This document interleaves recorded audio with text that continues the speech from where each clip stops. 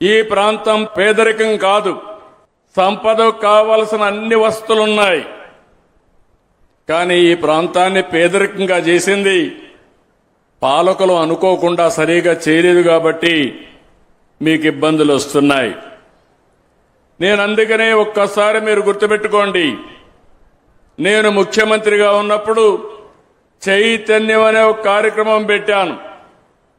ఈ ప్రాంతంలో ఉండే గిరిజనుల్లో గాని చైతన్యం తేగలిగితే ఇంకా అభివృద్ధి ఏమాత్రం ఆగదు, అన్స్టాపబుల్ అని ఆ రోజు చెప్పి నేను ముందుకెళ్లాను.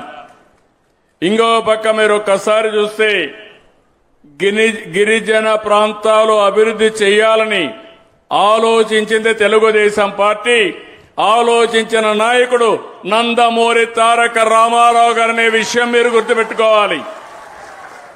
ఇప్పుడు కొత్త తరం మర్చిపోవచ్చు కానీ 83లో తెలుగుదేశం పార్టీ వచ్చినప్పుడు గిరిజన ప్రాంతంలో చదువులు లేకపోతే, టీచర్లకు క్వాలిఫికేషన్ లేకపోతే మైదానం నుంచి ఇక్కడికి వస్తా ఉంటే కాదు మీకే ఉద్యోగాలు ఇవ్వాలని ఆ రోజుట్లోనే ఇక్కడ ఉద్యోగాలు మీకే రిజర్వేషన్ చేసిన వ్యక్తి నందమూరి తారక రామారావు గారు.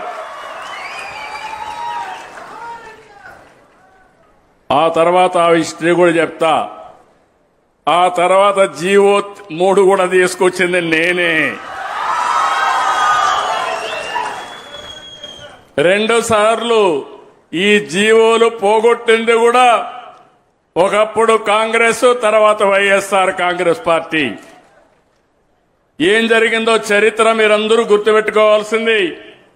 జీవోలు ఇవ్వడమే కాదు, హక్కులు ఇవ్వడమే కాదు, మీ హక్కుల్ని కాపాడుతూ ముందుకు పోతేనే మీ జీవితాల్లో వెలుగులు వస్తాయి. అలాంటివి కూడా జరిగింది. మళ్లీ ఒకటే హామీ ఇస్తున్నా, నేను చెప్పడం కాదు చేసి చూపిస్తా.